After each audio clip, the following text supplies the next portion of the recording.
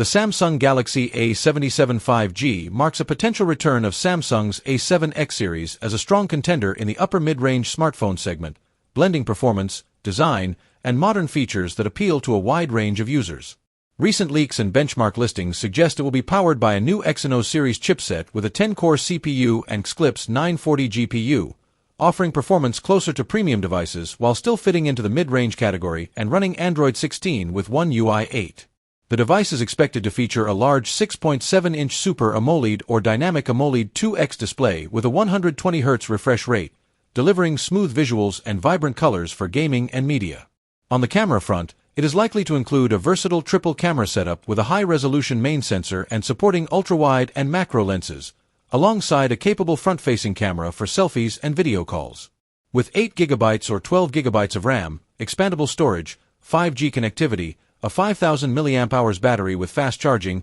and premium build quality, the Galaxy A77 5G aims to offer a balanced package of performance, endurance, and everyday usability, potentially filling a gap Samsung created in its lineup and returning the A7X name to relevance.